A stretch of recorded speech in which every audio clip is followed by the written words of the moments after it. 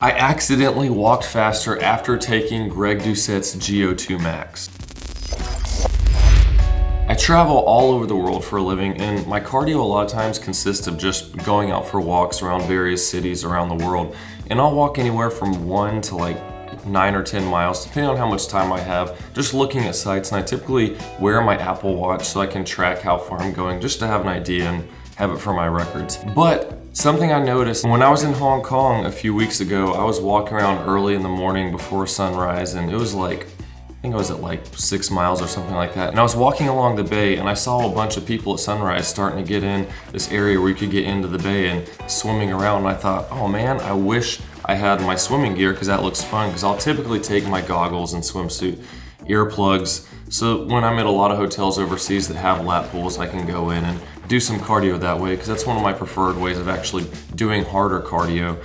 But for this trip, I just hadn't brought it. So I was thinking, of course, the one time that I don't have this stuff, there's a cool place to go swimming out in the bay. Well, lo and behold, I ended up going back to Hong Kong just about a week and a half later. So I thought, you know, I'm gonna bring my swimsuit, all my stuff. I'm gonna go out there and swim a mile or so, because it's been a while since I've done some open water swimming. I actually prefer it more because, well, the buoyancy of being in salt water helps out a lot, and it's just easier to go longer and don't really get tired, and it's fun to just swim around and see stuff rather than just going back and forth in a pool over and over again. And I made a video on GO2 Max almost a year ago about how I tried it out for a month and it improved my swim times over an hour-long period of swimming by quite a bit. I think it was around 14%. I'll link that, you can check it out if you want.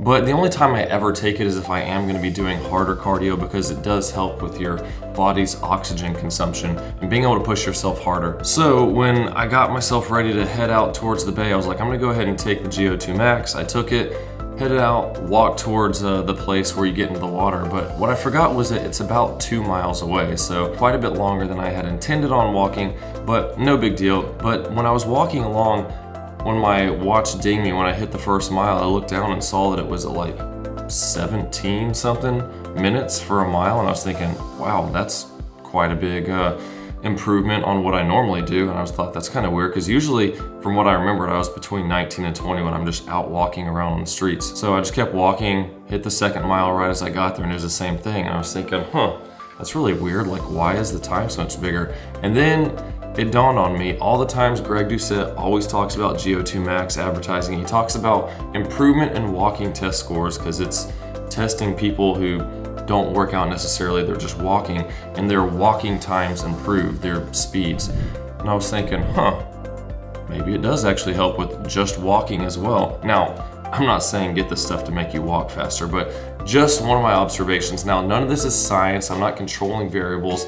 I just went back and looked at some of my walks, so I'm just walking around town for a long time, to see what my typical walking times were compared to when I took this. So here's a typical one, like 22 minutes, what I might see. It was also pretty hot that day, so I was walking slower. But here, walking around my neighborhood, here's a more typical representation of what you'd see. 19:45 for the first mile, 20 and a half for the next. So that's more of what you would see typically in that 19 to 21 minute range. Here's another one we have in Paris in March.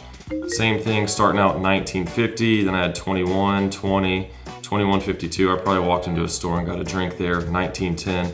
So between 19 and 21 is what we typically see. So then here's the walk I did in Hong Kong on April 3rd, where I walked 6 miles first off. First one was 27 minutes. I had stopped and walked around a few stores there, so take that out. But then here, 20 and a half, 21 and a half, 26. Had stopped somewhere again, 20. So these were around the 20 to 21 minute marks. And then another one here on April 4th, the next day, I walked 8 miles. So you see 20, 20, 20, 26, 19 and a half, 20 and a half, 19. So the same thing, we're seeing typically between 19 minutes and 20 minutes when I'm walking. So here's the walk when I went back, April 17th, 2 miles heading over to swim. And again, I didn't take this and think, I'm gonna try to walk faster to see how I react. I literally took it thinking it was like half a mile walk from my hotel, but it was quite a bit further. And I was carrying a towel, water bottles and stuff, so I wasn't just walking like normal, I had extra stuff. And you see here, 17:42 on the first mile, and then the second one was 17:17. So I do remember the first mile I walked up a slight hill too, so that's probably why the second mile was even shorter than the first one. But I was thinking, 17 and a half minute pace overall for the 2 miles, that's pretty big difference compared to my other ones. Like if we take 17.5 divided by 19, that's an 8% difference in walking time. And if it's 17.5 divided by 19.5, it's almost 11%. So we're looking at like 8 to 12% faster in walking times based on all that. So then I have one more. I figured I'd time it again on the way back just to see a difference.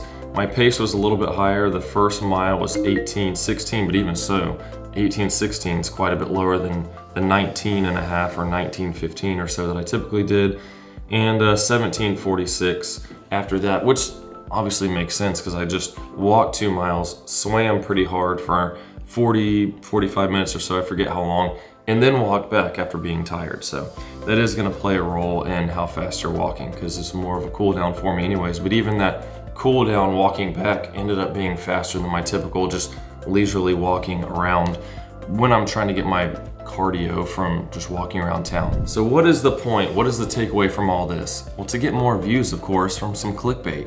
No, but for real, I'm not sitting here saying, hey, go get some GO2 Max because that's gonna make you walk faster. Like for me, when I'm doing cardio, I'm typically doing specific distances what I'm shooting for. If I'm swimming for a mile, if that takes me 35 minutes, then it's 35 minutes. If it takes me 45, it's 45. But overall, you're gonna expend the same amount of energy. Whether you run a mile or walk a mile, you're pretty much expending the same amount of energy. You're just able to do it faster. But if you're someone that does go for, say I'm do 30 minutes of cardio a day or 40 or whatever, and you do the same thing for as far as you can go for that amount of time, well then yeah, if you take something like this, you'll be able to go further. So then you will be burning more calories. Whereas in my sense, I'm going set distances, so I'm doing a set amount of work, so I'm gonna burn the same amount of calories regardless. So I do take GO2 Max for my actual cardio, not for going out and walking, but I swim 1 to 2 times a week, depending on how my training split works out. And I'll swim for 45 minutes to an hour, depending on what I'm shooting for that day, and I typically take it for that. But when I'm just lifting, I don't think that's something you need. It's a cardio supplement. It's not something that's gonna help you lift better. I mean, if you're doing higher rep squats, deadlift, stuff that really takes it out of you where you're like dying for breath afterwards, I did notice when I was testing it out during those types of sets, it did help me get my breath back quicker and be able to push through the next ones without having to take 5-6 minute breaks doing heavy sets of 10 to 12 on deadlifts or squats. But I got to the point where I was like, you know, I'm not gonna, this is an expensive supplement. I'm not gonna take it just to help me get through some sets quicker. But if you are someone that does like to go in, so you do full body workouts, doing circuit training a couple times a week to try to get it done, it could help you with that. But again, when it comes to supplements that I use every day, that I stick to, it's creatine, pre-workouts, and then I use protein powders as supplements, which I don't even use that much anymore.